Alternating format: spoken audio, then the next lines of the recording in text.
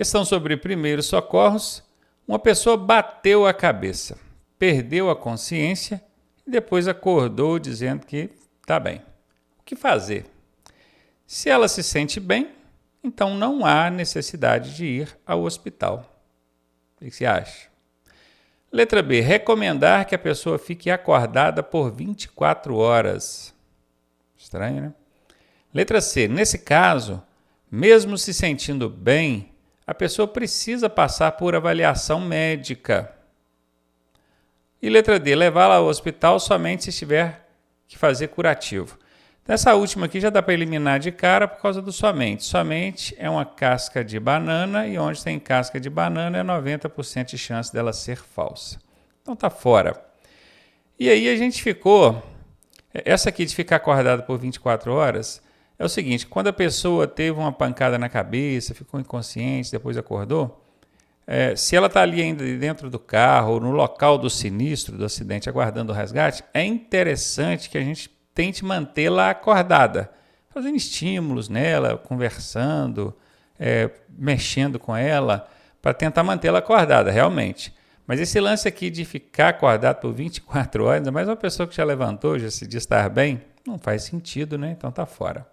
E aí a gente fica naquela. Se ela se sente bem, não há necessidade de levar para o hospital? Ou nesse caso, por ela ter batido a cabeça e ter perdido a consciência, é necessário sim que ela passe por avaliação médica? O que você acha? A ou B? O mais sensato, A ou C, né? O mais sensato aqui é a letra C. E é uma regra sagrada dos primeiros socorros. Tá? A pessoa tomou pancada na cabeça, ficou desacordada por algum tempo, ainda que ela acorde e diga que está 100% bem, que não tem nada de errado, ela precisa passar por avaliação médica e ainda digo mais, chegando lá no atendimento médico, certamente ela vai ficar aí de 1 a 2 dias em observação. Então, letra C. Primeiro socorro. Sabe-se, portanto, que a ressuscitação cardiopulmonar funciona melhor quando executada. Essa ressuscitação entenda-se como reanimação cardiopulmonar. Cardio de cardíaca, coração. Pulmonar de pulmões, parou de respirar. Está dizendo aqui que a ressuscitação cardiopulmonar funciona melhor quando executada nos primeiros 15 minutos. Olha, 15 minutos é muito tempo, tá? Após 5 minutos, não, seria o contrário, nos primeiros 5 minutos. Aqui faz sentido, nos primeiros 5 minutos. Letra C, a resposta. Então, entenda isso. Essa reanimação cardiopulmonar, quanto antes feita, melhor vai ser, ou menos pior vai ser para a vítima, né? Porque bom ali a condição dela não está. Então, dificilmente vai falar melhor, né? Mas ela vai ser, sim, melhor executada quanto mais precocemente. Então, se for imediatamente após o sinistro, o acidente, 1 minuto, 2, até 5, ótimo. Tudo que passa de 5, o risco dela não conseguir voltar a respirar e pulsar é muito grande. Letra C, a resposta. Infrações e penalidades é o tema dessa questão. Estacionar o veículo em locais e horários de estacionamento e parada proibidos pela sinalização, placa de proibido parar e estacionar, é infração o quê? Essa questão, gente, é o seguinte. Nesse caso aqui, ela é uma infração grave, tá? Dá remoção? Dá remoção, porque eu já ensinei para vocês que remoção é o guincho. Guincho. E o guincho, 90% das vezes, ele vai acontecer quando o problema for estacionamento. Tá aí, estacionamento. Então, vai dar guincho, tá? Ela é grave, tem como punição a multa e dá guincho, dá remoção. Essa é a resposta.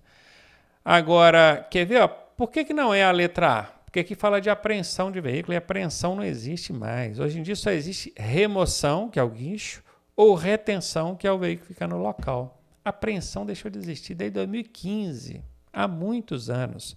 Então aqui está fora. Tem mais apreensão em algum lugar? Não tem. Gravíssima, passiva de multa e remoção. Essa letra B é bem próxima da resposta, tá vendo? Ela acertou aqui na multa, acertou na remoção, mas errou na natureza da infração. Não é gravíssima, é grave essa infração. E aqui fala que é leve, com multa e retenção. Nesse caso não é retenção, porque quando o problema é estacionamento, aí vai dar o guincho é remoção, tá? Agora, presta atenção, gente, que um dia desse caiu essa questão, uma questão parecida com essa na prova, e a pessoa errou. A questão era igualzinho. Só que no lugar de ser placa de proibido parar e estacionar, era placa apenas de proibido estacionar. A placa proibia apenas estacionar. E é diferente, né, gente? Ó, tem o tem a placa e tem um corte. Isso aqui é proibido estacionar. Agora, se tem o tem a placa e 2 cortes, um é proibido estacionar e o outro é proibido parar. Aí, no caso, não pode nem parar nem estacionar. Se você estaciona onde tem essa placa aqui, é grave. Agora, se você estaciona onde tem essa placa aqui, que é proibido só estacionar, é média. Então, cuidado para não confundir isso na hora da prova. Presta atenção em que tipo de placa que está proibindo aqui, tá? Se proíbe parar e estacionar, e você foi lá e estacionou, aí é grave, que é o que a questão está trazendo aqui. Agora, se proíbe só estacionar, aí é média, é outra coisa. Ok? Letra C aí é a resposta dessa questão. E aí, tá gostando da aula? Eu sou o professor Ronaldo Cardoso e tenho o caminho das pedras para você chegar à sua aprovação da forma mais suave possível. Se você fizer exatamente o que eu te pedi, eu garanto que você passa. Clique aqui no primeiro link da descrição e vem ser aprovado com a gente. Questão sobre meio ambiente. A probabilidade sobre os riscos de infarto e AVC, que é acidente vascular cerebral, como consequência do impacto de ruídos, barulho em excesso, pode ocorrer em volumes acima de 90 decibéis, 100 decibéis, 120 decibéis ou 80 decibéis. O curioso, que a resposta aqui é a letra D de dado. O curioso, que acima de 80 já pode acontecer aqui o risco de infarto, problema de AVC. Mas aí o que acontece? Se você for analisar essa questão friamente, você vai ver que 120, 100 e 90 estão acima de 80, então todas serviriam como resposta, né? Mas, na verdade, o que o Detran quis saber aqui é o seguinte: acima de qual índice já começa a acontecer isso? É acima dos 80, não é a partir, porque a partir conta 80, é acima de 80. Acima disso aqui já começa a acontecer aí os riscos de infarto, a pessoa vir a infartar, pensa. Ou ter um AVC, um acidente vascular cerebral, por conta de excesso de ruído, que são danos nocivos. Professor, eu aprendi em algum momento que acima de 60 já começa a causar perturbação do sossego, insônia, irritação. Sim, mas aí não são danos nocivos, são danos que não perpetuam, não ficam. Acima de 80, sim, aí você já começa a sentir danos à saúde física, ok? Acima de 80 é a resposta aí. Meio ambiente. A poluição do ar pelos veículos não é causada, a poluição do ar, hein? Pela presença do canister no sistema de alimentação. O canister é um dispositivo que fica no sistema de alimentação do veículo, que cuida do combustível. A alimentação é o combustível do veículo, né? E ele serve para quê? Ele serve para absorver os vapores de combustível. Em vez de deixar esses vapores se dispersarem no ar, poluindo o ar, ele absorve e devolve esse combustível que estaria evaporando para dentro do sistema de alimentação para ser queimado. Então ele é ótimo porque ele ajuda a economizar combustível, né? Não deixa o combustível evaporar, e também porque ele ajuda a diminuir a poluição do ar. Então a poluição do ar pelos veículos não é causada pela presença do canister. Não é. Tá bom? E eu estou procurando aquela que não é. Então, certamente vai ser essa a resposta. A poluição do ar pelos veículos não é causada pelo constante atrito dos pneus com asfalto. O atrito dos pneus com asfalto gera uma fumacinha que sai ali. Quer ver isso? Dá uma cantada de pneu, por exemplo, para você ver. Então, dá uma freada com o pneu arrastando. Sai uma fumacinha ali, não sai borracha de pneu e mistura ali com ar e evapora. E aqui causa poluição do ar. A questão está querendo aquela que não causa. Essa aqui está fora. A poluição do ar pelos veículos não é causada pela evaporação de combustível no tanque. Poxa, se o combustível está evaporando, se dispersando no ar, ele está causando poluição. A questão está querendo aquela que não causa. Então, vou eliminar essa. Inclusive, a letra A explica a letra C, que eu falei que o canister não deixa o combustível evaporar. Aí beleza, ele não causa poluição. Mas a evaporação, caso o canister não esteja funcionando, ou caso o veículo não tenha canister, que veículos mais antigos não têm, né? Aí, letra D. A poluição do ar pelos veículos não é causada por escapamentos com catalisador defeituoso. Olha, o catalisador é um conversor de gases tóxicos em gases não tóxicos, ou não nocivos, não perigosos para o meio ambiente. Se por escapamento com catalisador defeito. Se o catalisador está defeituoso, vai poluir o ar. Eu estou procurando daquela que não causa. Então, letra D está fora, letra A é a resposta. Primeiros socorros. Informar quanto ao local, a gravidade do ocorrido, o número de veículos envolvidos e a condição em que as vítimas se encontram é a atitude que corresponde às ações realizadas por agentes qualificados. Agentes qualificados, pessoas qualificadas, treinadas. Informar quanto ao local, onde é que aconteceu o sinistro, o acidente. Informar quanto à gravidade, foi muito grave, envolveu veículo grande, pequeno, como é que foi? O número de veículos envolvidos, contar ali, informar o número de veículos envolvidos. Vocês acham que essas informações, elas precisam ser feitas por agentes qualificados? Não, né, gente? Até porque esses agentes qualificados, esses profissionais, não são eles que vão chegar ali e se deparar com o sinistro, é o motorista. E o motorista é que vai acionar esses agentes qualificados informando essas situações aqui, ó. Então, aqui não é. Corresponde, então, ao acionamento de recursos? Sim, quando você vai acionar os recursos. Que recursos? SAMU, COBOM, isso, Corpo de Bombeiros, né? A polícia, que pode ser militar, ou PRF, inclusive tem todos os números, né? SAMU 192, COBOM 193, Polícia Militar 190, PRF 191. É bom guardar esses números, tá? Então é isso aqui. É a atitude que corresponde ao acionamento dos recursos. Quando você vai ligar para solicitar o socorro, eles vão te pedir isso aqui. Onde é que aconteceu o acidente? Qual local, né? Quer saber da gravidade, número de veículos envolvidos, condição aparente em que as vítimas se encontram, para daí então eles mandarem o pessoal treinado, o pessoal apropriado e os equipamentos adequados. A resposta aqui é a letra B de bola. Primeiros socorros. Palidez, ou seja, a pessoa está pálida, branca. Sede e calafrios são sintomas de quê? Sintomas, gente, para quem tem dificuldade em entender essas palavras técnicas, você pode entender como sinais. São sinais de quê? A pessoa está sinalizando o que com isso? Que ela está com hemorragia, com a lesão na cabeça, com a queimadura ou uma fratura. Olha, a queimadura e a fratura não causam calafrios, até que a queimadura talvez sim, mas sede e palidez não. Essa palidez aqui é por perda de sangue. A pessoa fica pálida porque a circulação sanguínea não está adequada. Isso, na maioria das vezes, acontece por perda de sangue. Ela teve um sangramento interno ou externo, você não está vendo, e ela está perdendo sangue, então ela está pálida.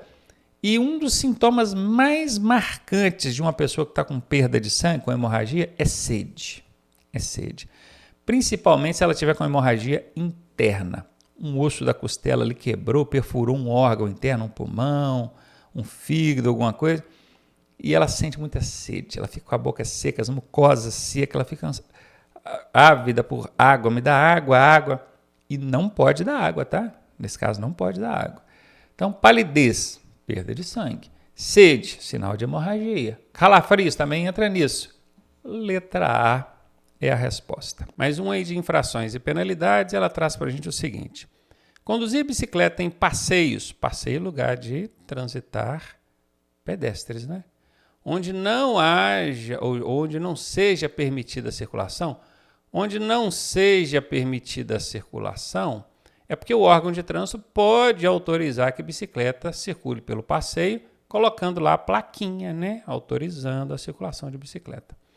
Ou então, se ele estiver fazendo a condução da bicicleta ali no passeio, que é autorizado, mas de forma agressiva, perigosa, empinando a bicicleta, fazendo malabarismo e colocando os pedestres em risco, né? Aí também não tem como.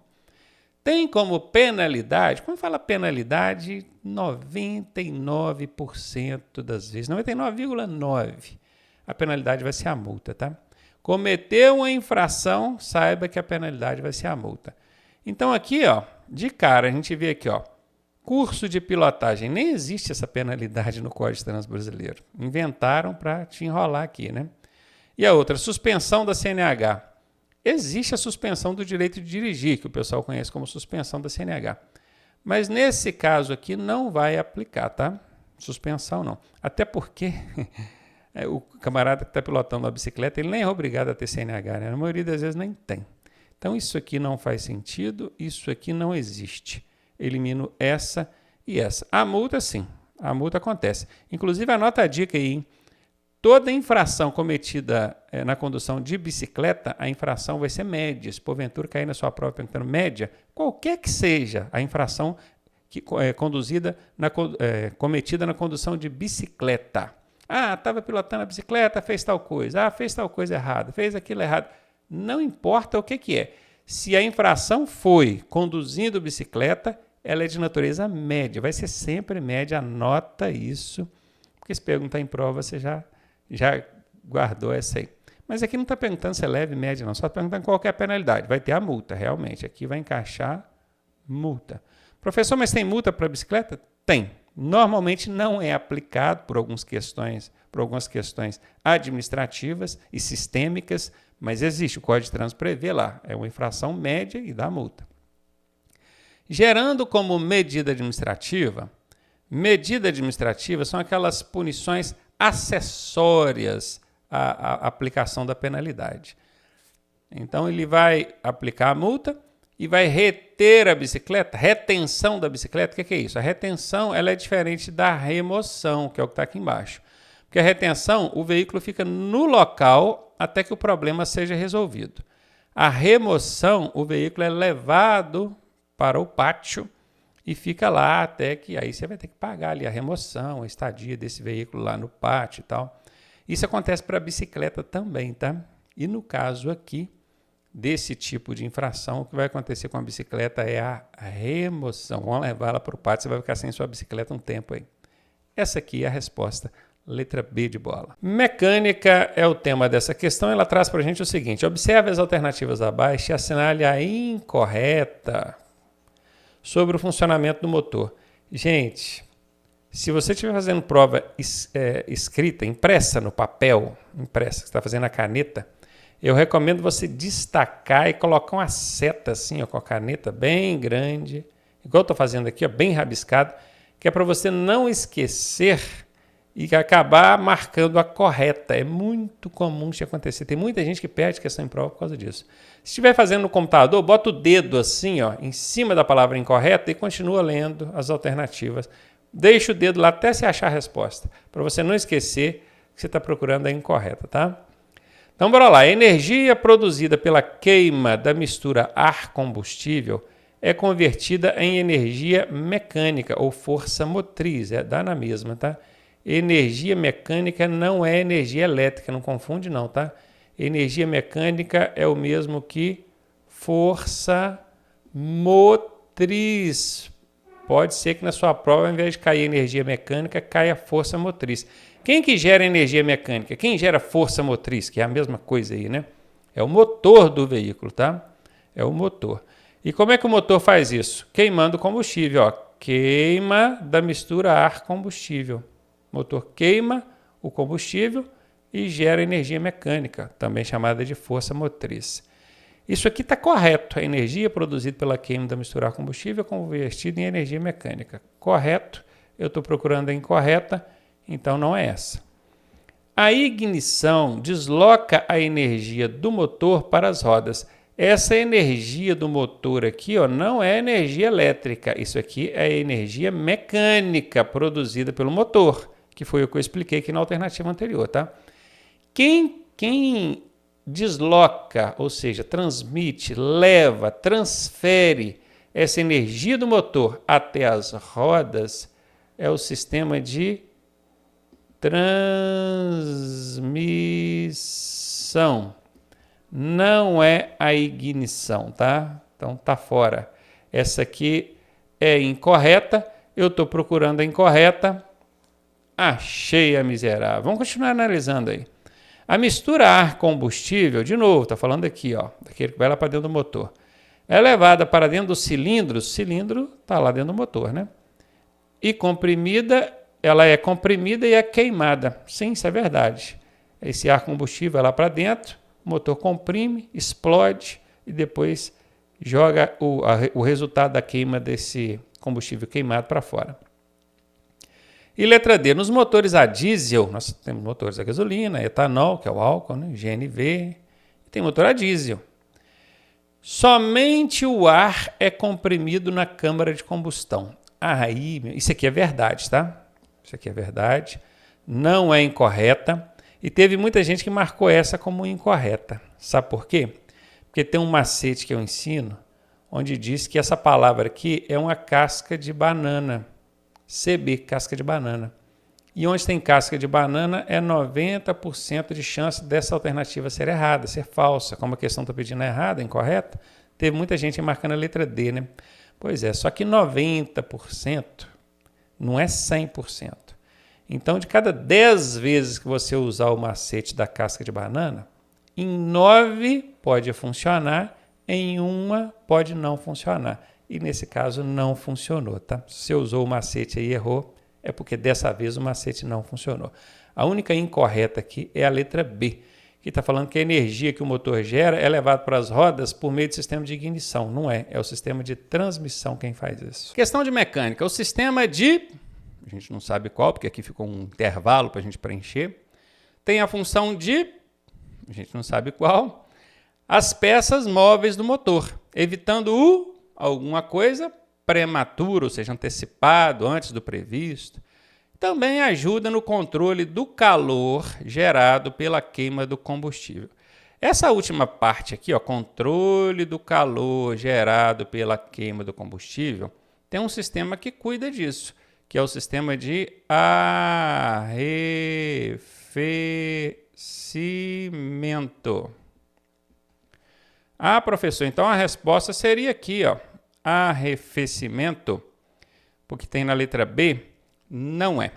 Porque quem controla o calor, quem tem a função prioritária, primária, é a função específica dele de controlar esse calor, é o sistema de arrefecimento.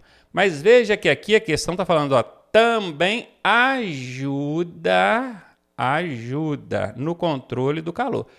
O sistema de arrefecimento não ajuda, é ele o responsável por controlar o calor gerado.